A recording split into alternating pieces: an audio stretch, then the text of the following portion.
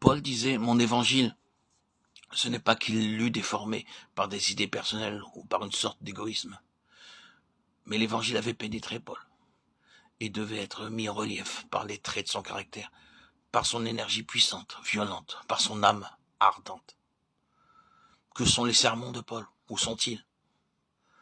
Nous n'avons que des fragments éparses semés sur l'océan de son inspiration. Mais Paul, homme plus grand que ses sermons, vit en entier dans la formation de ces églises primitives. La prédication n'est qu'une voix qui meurt dans le silence. Le texte, le sermon sont oubliés. Le prédicateur vit.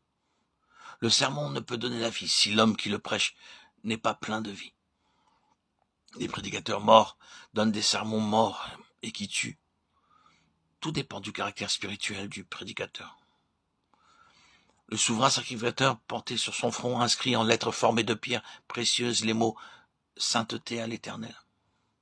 Ainsi, chaque prédicateur doit être dominé par cette sainte maxime et ne pas donner moins dans sa vie et son but que les prêtres juifs.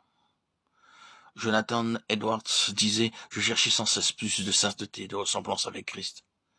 Le ciel que je souhaitais était un ciel de sainteté. » L'évangile du Christ n'est pas comme les choses qui jouissent naturellement d'une grande popularité.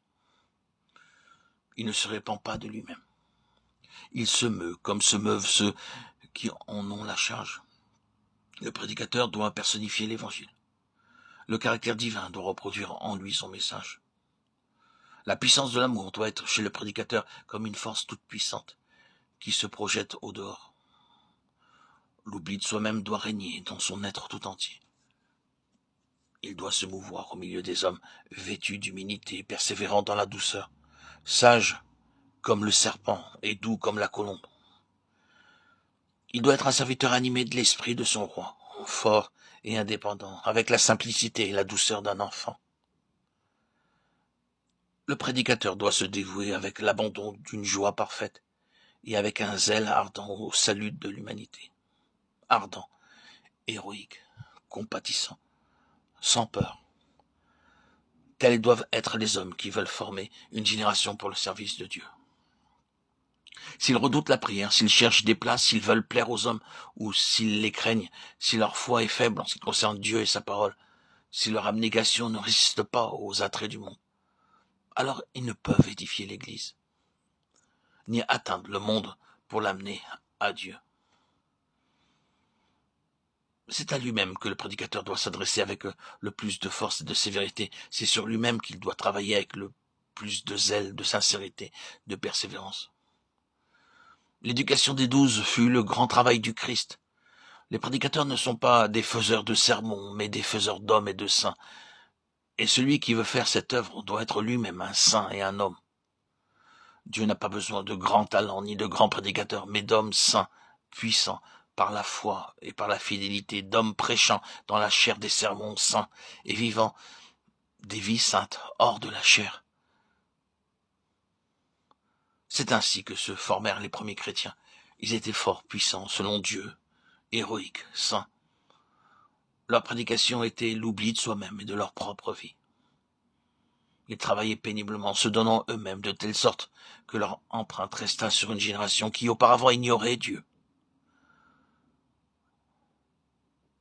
Le prédicateur doit être l'homme de la prière. La prière est son arme la plus puissante.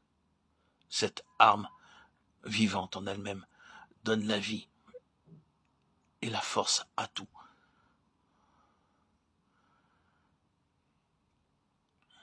Le vrai sermon se fait dans la solitude. L'homme de Dieu de même. Sa vie et sa foi profonde naissent de sa communion secrète avec Dieu. Dans l'agonie de son âme, les messages les plus doux, les plus profonds lui viennent quand il est seul avec Dieu. La prière crée l'homme, la prière crée le prédicateur.